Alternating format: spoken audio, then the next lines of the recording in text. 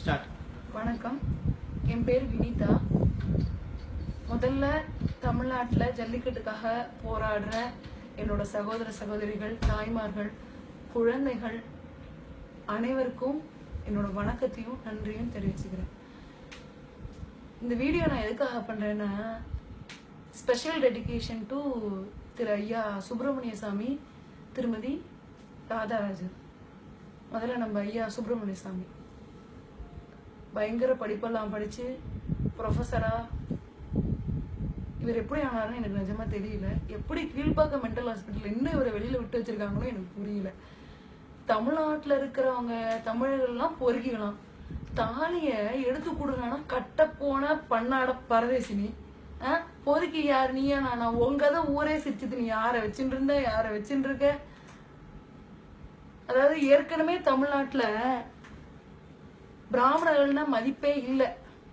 நான் ஒரு பிராமண பொண்ணு தான். நிறைய இடத்துல பிராமின்ங்கிறதுக்காக அசிங்கப்பட்டிருக்கோம். இந்த ஜெனரேஷனை பிராமின்ஸ்னு சொல்லிக்கவே அசிங்கப்படுற லெவலுக்கு கொண்டு வந்து விட்டதே உங்களை மாதிரி ஆட்கள் தான். அப்படி எல்லாரும் பிராமணர்களும் மற்றவங்களும் சேர்ந்துதான் போராடிட்டு இருக்காங்க. எந்த ஜாதி மத பாகுபாடும் இல்லாம, எந்த ஒரு தவறும் நடக்காம, எந்த ஒரு பிரச்சனையும் நடக்காம போராடிட்டு இருக்காங்க. நீங்க அங்க உட்கார்ந்துகிட்டு அப்படி இப்படின்னு ட்விட்டர்ல பதிவெல்லாம் போட்டுக்கிட்டு இருக்கீங்க.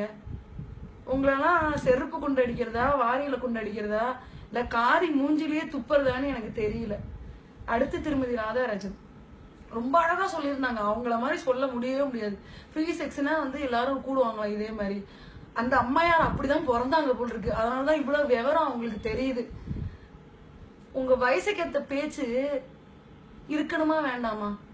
வயசானா ஒரு அனுபவத்துல எவ்வளவு இந்த ஜெனரேஷனை நீங்க வழிநடத்தி கொண்டு போகணும். நீங்க என்னடானா ஃப்ரீ செக்ஸ் அது இதுன்னு பேசிக்கிட்டு இருக்கீங்களே, வெக்கமா இல்ல உங்களுக்கு?